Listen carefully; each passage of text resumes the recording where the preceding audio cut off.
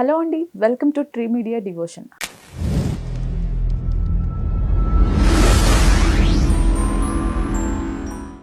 మనతో జ్యోతిష్య నిపుణులు, వాస్తు నిపుణులు, అలాగే ఆధ్యాత్మికవేత్త శ్రీ నానాజీ పట్నాయక్ గారు ఉన్నారు. నమస్తే సార్. శ్రీమాత్రే నమః. సెప్టెంబర్ మాసంలో వృషభ రాశి వారికి ఎలా ఉండబోతుంది గురువుగారు? వృషభ రాశి వారికి పర్టికులర్గా రాశ్యాధిపతి శుక్రుడే వెళ్ళి పంచమ స్థానంలో కేతువుతో ఉంటున్నాడు. ఇలా ఉన్నప్పుడు ఏంటంటే ఎటువంటి విషయాల్లో జాగ్రత్తగా ఉండాలంటే పాయింట్ నెంబర్ 1, షేర్ మార్కెట్ విషయంలో తొందరపాటు నిర్ణయాలు తీసుకోకూడదు. రెండవది ఫ్రెండ్స్.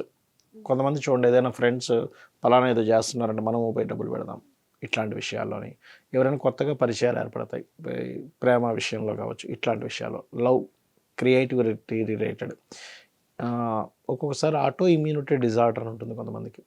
అలాంటివి ఏవైనా ఉంటే ఈ శుక్రుడు 19వ తేదీ వరకు ఉంటున్నాడు కాబట్టి ఈ నెలలో ఈ జాగ్రత్త తీసుకోవాలి. పర్టికులర్గా ఈ జాగ్రత్తలు మెయిన్గా తీసుకోవాలి. వీరికి ఫినాన్షియల్ కండిషన్ ఎలా ఉండబోతుంది సార్? ఒకటేంటంటేనండి, వీళ్ళకి 2వ అధిపతి 3లో ఉన్నాడు, అందులో ఎటువంటి డౌట్ లేదు. ఎప్పుడైనా సెకండ్ లార్డ్, థర్డ్ హౌస్లో ఉన్నప్పుడు మధ్యవర్తిత్వం ద్వారా డబ్బులు వస్తాయి. అంటే మీడియేటింగ్ చేయడం ద్వారా, ఇప్పుడు ల్యాండ్ అనో ఏదో ప్రోడక్ట్ మీడియేటింగ్, మార్కెటింగ్ చేస్తుంటారు కదా, వీటి వల్ల వస్తుంది. అయితే వీళ్ళు ఈ రవి 4వ స్థానంలో ఉన్నందుకు ఏదైనా ప్రాపర్టీస్ తీసుకోవడం ఇట్లాంటివి కూడా జరుగుతాయి ఫైనాన్స్ కండిషన్ వల్ల. కాకపోతే వీళ్ళు ఏదైనా ప్రాపర్టీ తీసుకున్నప్పుడు చూసి తీసుకోవాలి. ఎందుకంటే ఇక్కడ రవి ప్రాపర్టీ కారకుడు 4లో ఉన్నాడు, 17వ తేదీ వరకు అక్కడ ఉంటాడు సెప్టెంబర్లో. కానీ 17వ తేదీ తర్వాత కేతు దగ్గరికి వెళ్తాడు. అంటే 4 గంట వస్తువు. ఈ వస్తువు కారకుడు ఎవరైతే రవి కేతువు దగ్గరికి వెళ్తున్నాడో, నీచబడ్డ శుక్రుడి దగ్గరికి వెళ్తున్నాడో, మీరు తీసుకునే ప్రోడక్ట్ ఏదైతే ఉందో చాలా జాగ్రత్తగా చూసుకొని తీసుకోవాలని చెప్తుంది. అలాగే వీరికి ప్రాపర్టీస్ తీసుకునే విషయంలో కానివ్వండి, అమ్మే విషయంలో, అలానే ఎడ్యుకేషన్ పరంగా ఎలా ఉండబోతుంది అంటారు? ఎడ్యుకేషన్ విషయంలో కూడా జాగ్రత్తగానే ఉండాలండి. ఎందుకంటే ఇక్కడ 4th లార్డ్ అంటే 4th హౌస్ అంటే ఏమేమి వస్తాయి అందులో అంటే మనకి ఎడ్యుకేషను అండ్ వస్తువులు, మదరు, ఈ ఈ ఈ అంశాలన్నింటిలోనే జాగ్రత్తగానే ఉండాలి. అంటే ఏమవుతుందంటే ఎవరో ఫ్రెండ్కి మనం ఏదో ల్యాండ్ ఇప్పిస్తాం, ఫ్రెండ్షిప్స్ చెడిపోతాయి. ఎందుకంటే శుక్రుడు నీచబడ్డాడు కదా. అందుకని ఈ ఈ విషయాల్లో చాలా కేర్గా ఉండాలి. వీళ్ళు కొనుక్కున్నా, వీళ్ళ పిల్లల కోసం ఇప్పించినా, లేకపోతే ఎవరైనా ఫ్రెండ్స్కి ఇప్పిస్తున్నా ల్యాండ్ పర్టికులర్గా జాగ్రత్తగా ఉండాలి. బట్ 4వ స్థానంలో రవి ఉన్నందుకు ఎక్స్ట్రా బెనిఫిట్ ఏంటి అంటే, కొంతమందికి చూడండి గవర్నమెంట్ జాబ్స్లో ఉండేటువంటి వారికి వాళ్ళ కోసం అని కొన్ని గవర్నమెంట్ కొన్ని ఇస్తూ ఉంటుంది సదుపాయాలు. అటువంటివి ఏమైనా వీళ్ళకి వచ్చే ఛాన్సెస్ ఎక్కువగా ఉంటాయి. వీరికి మ్యారేజ్కి సంబంధించి ఎటువంటి ఫలితాలు ఉండబోతున్నాయండి? వివాహం విషయంలోనంటేనండి, ఇక్కడ పర్టికులర్గా చూసుకుంటే సప్తమాధిపతి 2లో ఉన్నాడు వీళ్ళకి. సో సప్తమాధిపతి 2లో ఎప్పుడైతే ఉన్నాడో దూరపు సంబంధాలు వస్తాయి ఒకటి క్లియర్గా. ఎందుకంటే చంద్రుడు, దాని తర్వాత చంద్రుడు ఉన్నాడు. సో ఈ కాంబినేషన్ చెప్తుంది. కానీ ఇష్టపడిన వారిని వివాహం చేసుకుందాం అనే విషయం మాత్రం కొంత జాగ్రత్తగా ఉండాలి. ఎందుకంటే పంచమ శుక్రకేతువులు కదా. అలాగే సంతానం కోసం ఇప్పుడు కొంతమంది ప్రెగ్నెన్సీ లేడీస్ ఉంటారు, పంచమంలో శుక్రకేతువులు ఉన్నారు, కొంచెం జాగ్రత్తగా ఉండాలి, అలర్ట్గా ఉండాలి. ఒక్కోసారి బరువులు ఎత్తడాలు, ఏదో గబుక్కని వెళ్ళిపోవడాలు, ఏదో తగిలి, ఇట్లాంటివి కొంచెం ఈ కేర్ ఉంటే సరిపోతుంది. పర్టికులర్గా శుక్రుడు జరిగే వరకు అంటే 19వ తేదీ వరకు. వీరికి జాబ్ పరంగా అలానే బిజినెస్ పరంగా ఎలా ఉండబోతుంది సార్? ముఖ్యంగా జాబ్ సంబంధించిన విషయం తీసుకుంటే కనుక వీళ్ళకి వేరే ప్రాంతాలకు వెళ్ళడం ద్వారా ఉద్యోగ అవకాశాలు వస్తాయి, అందులో ఎటువంటి డౌట్ లేదు. ఇప్పుడు కొంచెం ఉద్యోగ అవకాశాలు వచ్చే సమయం నడుస్తుంది ప్రజెంట్. అందులో పర్టికులర్గా 19వ తేదీ నుంచి ఎప్పుడైతే శుక్రుడు 6వ స్థానంలోకి వస్తాడో, 6వ స్థానం కూడా మనకి జాబ్, డైలీ లైఫ్. సో 6వ స్థానంలోకి వచ్చినప్పుడు 2 విషయాలండి ఇక్కడ. ఒకటి, ఇష్టపడిన వాడిని వివాహం చేసుకునే ప్రయత్నం అక్కడి నుంచి ఫలిస్తుంది, 19వ తేదీ వరకు మాత్రం ఫలించదు. అలాగే వీళ్ళు ఏదైతే మార్కెటింగ్ రిలేటెడ్ కానీ, లేకపోతే మనకి ఫ్యాషన్ రిలేటెడ్ ఉంటాయి చూసారు, అందంగా ఉండే వస్తువులు కానీ, ఇటువంటి విషయాల్లో బాగా రాణిస్తుంది వీరికి. వీరికి ఇన్వెస్ట్మెంట్ పర్పస్ అలానే అబ్రాడ్ వెళ్ళే యోగాలు ఎంతవరకు ఉన్నాయి గురుగారు? ఇన్వెస్ట్మెంట్ పర్పస్ బాగానే ఉందని చెప్పుకోవాలి. ఎందుకంటే 12వ అధిపతి 2లో ఉన్నాడు. 12 అంటే ఖర్చు, ఆయన ధనంలోకి మారుతున్నాడు. కాకపోతే ఏంటి, అది శత్రుక్షేత్రం అయినందుకు కొంచెం ఏంటంటే స్ట్రెస్ ఉంటుంది. కుటుంబ సభ్యులతో అక్కడ ఎందుకు ఇన్వెస్ట్మెంట్ చేసావు, మాకు చెప్పకుండా ఇన్వెస్ట్మెంట్ చేసావు, ఇక్కడ చేయకుండా ఉండాల్సింది, ఇట్లాంటి కొంత రప్చర్ ఉంటుంది. ఈ రాశి వారు ముఖ్యంగా తీసుకోవాల్సిన జాగ్రత్తలు, వాటికి చేసుకోవాల్సిన పరిహారాలు ఏంటి సార్?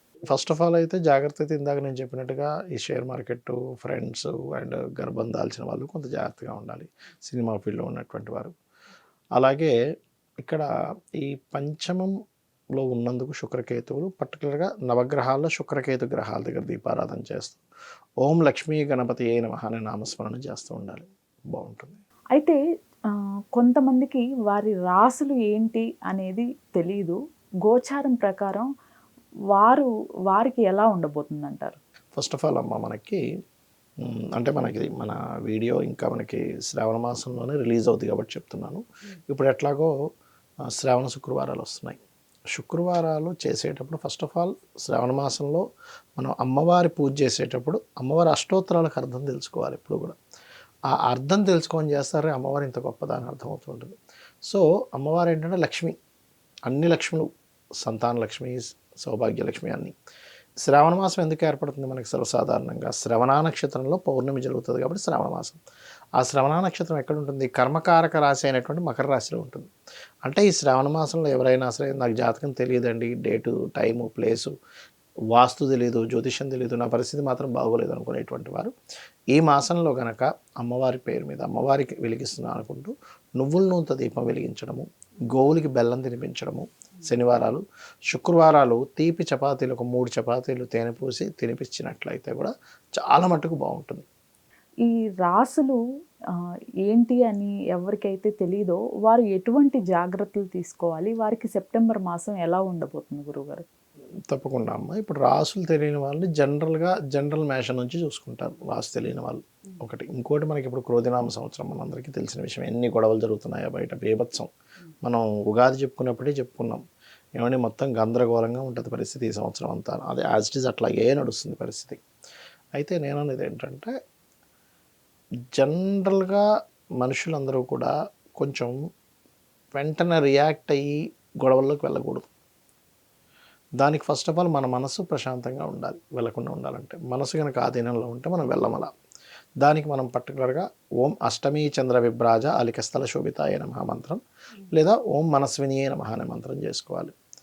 దీంతోపాటు